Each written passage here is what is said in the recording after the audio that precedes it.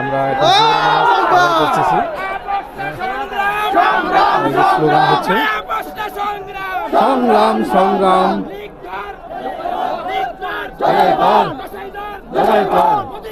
অর্থাৎ বিভিন্ন স্লোগানে আজকে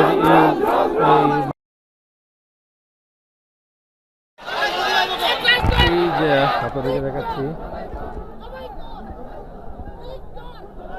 এখানে যে কালো বেষ্টনী দিয়ে ঘরটা করা হয়েছে, এইখানে হাদির লাশ রাখা হয়েছে। এখানে লক্ষ লক্ষ জনতা আমাদের প্রায় আমরা সামনের সারির দিকে আছি। আমাদের সামনে হয়তো আপনার 30 থেকে 40টা লাইন হবে। তাও এটাকে সামনে ধরতেছে এই কারণ আমাদের পিছনে আপনার এই প্রচুর লাইন, আসলে এটা না গুণের সংখ্যা বলা যাবে না, প্রচুর লাইন এখানে আছে।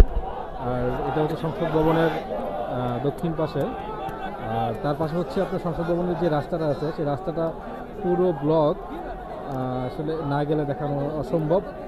লক্ষ লক্ষ মানুষের সমাগম আজকের এই জানাজায়।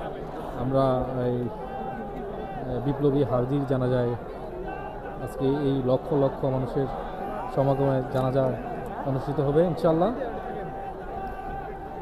এখানে প্রত্যেক জায়গা থেকে স্লোগান দিচ্ছে,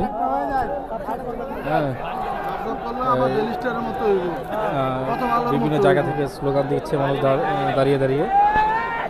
আমরা করতেছি স্লোগান হচ্ছে সংগ্রাম সংগ্রাম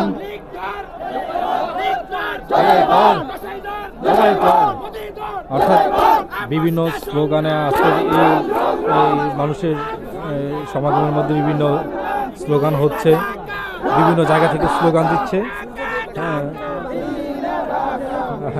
এত বড় জানাজা আসলে আমার লাইফে আমি দেখিনি, হয়তো সাইদি সাহেবের জানাজা হয়তো এত লোক হয়েছে।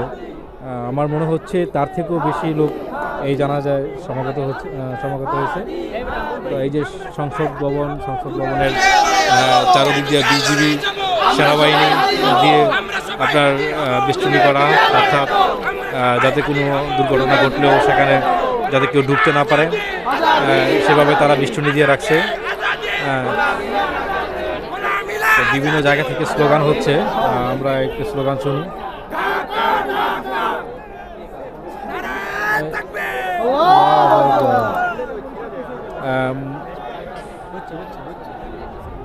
আমাদের মরহুম শহীদ হাদি ভাই এই জায়গায় আছে, অর্থাৎ রোদের জন্য ভালো দেখা যাচ্ছে না, যে কালো যে গড়ের যে বেষ্টনী দেওয়া আছে সেখানে আমাদের হাদি ভাই আছে।